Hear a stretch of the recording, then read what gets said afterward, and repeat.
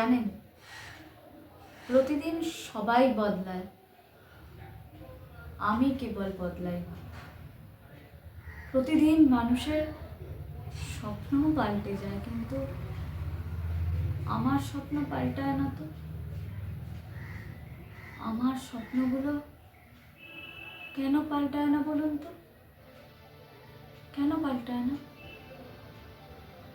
প্রতিদিন অনেক স্বপ্ন দেখি, অনেক নতুন দিন, নতুন আশা দেখি, কিন্তু কেন বলুন তো সেইগুলোর মান্যতা নেই কোনো? কেন শুধুমাত্র ক্ষমতার কোপে পড়ে কঠোর পরিশ্রমগুলো মাটি চাপা পড়ে যায় বলুন তো?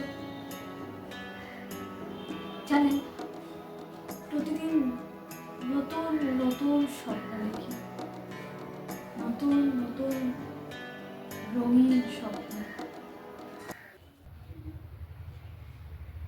তুই তুই কে? আমি? আমাকে প্রশ্ন করছিস আমি কে? তুই বুঝতে পারছিস না আমি কে? ওরে আমি তোর মন রে, তোর মন।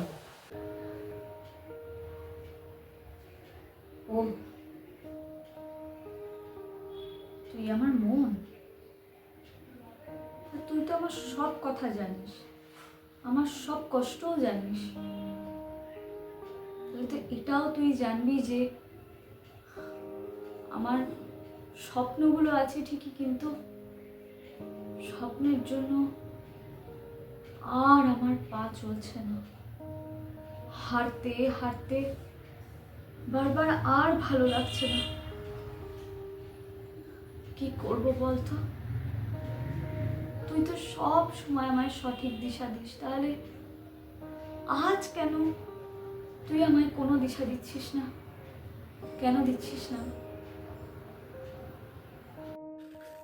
রোজই তো একই প্রশ্ন করিস নিজেকে, তা মানে আমাকে আর কি। তা একটা কথা বল, এই যে তুই রোজ একই প্রশ্ন বলতে থাকিস আমাকে, কখনো একবার চেষ্টা করে দেখেছিস? বারবার শুধু বলে যাচ্ছিস ব্যর্থতা, ব্যর্থ, ব্যর্থ। একবার একবার শেষ চেষ্টা করেছিস? সেই প্রশ্নটা করতো। ভয় লাগে যদি লোকে হাসে, যদি ভাবে আমি যা করছি সব ভুল করছি, যদি লোকে বারবার আমার ব্যর্থ হওয়া দেখে মজা পায়। তাই অনেক কিছুতে আমি এগোতে পারি না, বিশ্বাস কর। কিন্তু আমি এগোতে চাই। আমি চাই আমার সমস্ত স্বপ্নগুলোকে আমি আমার নিজের মতন করে পূরণ করি, কিন্তু পারি না। বিশ্বাস কর, পারি না। শোন, ব্যর্থতাকে এক একটা সাকসেসের স্টেপ হিসাবে নিতে শেখ। দেখ, তুই এমনিতেও ভালো কিছু করলে লোক কখনোই সেটা সহ্য করবে না, বুঝলি? বরং কিভাবে তোকে নিচে নামিয়ে আনা যায় সেটাই চেষ্টা করবে। কাজই তাই লোকে। আজ তুই ভালো করলেও লোকের কাছে তুই খারাপ হবি। তুই সবার কাছে ভালো হতে পারবি না। পৃথিবীতে কেউ সবার কাছে ভালো হতে পারে না। আর ভালো কাজ করতে গেলে বাধা তো একটু আসবেই। তাহলে এত মন খারাপ করে মানে আমাকে বেকার স্ট্রেস দিয়ে কোনো লাভ আছে? নিজেকে নিজে স্ট্রেস দিয়ে কোনো লাভ আছে? তুই এবার বল আমাকে। তার থেকে বরং ঘুরে দাঁড়িয়ে ব্যাপারটার একটা সলিউশন বার করা উচিত কিনা তোর?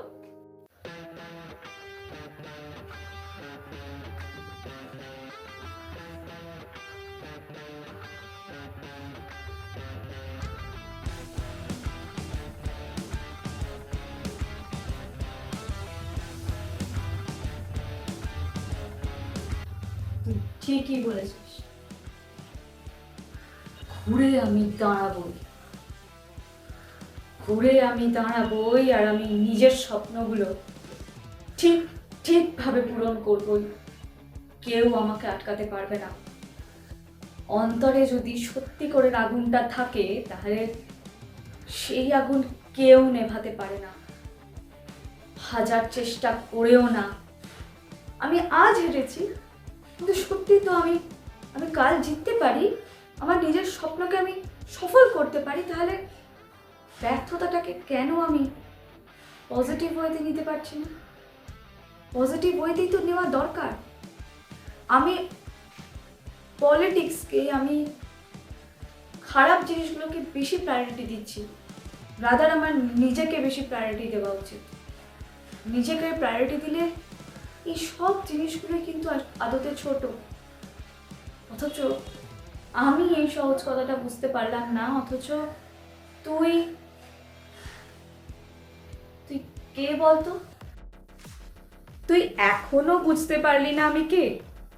ওফ, সত্যি তুই না একটা একেবারে অকমে ঢেকি।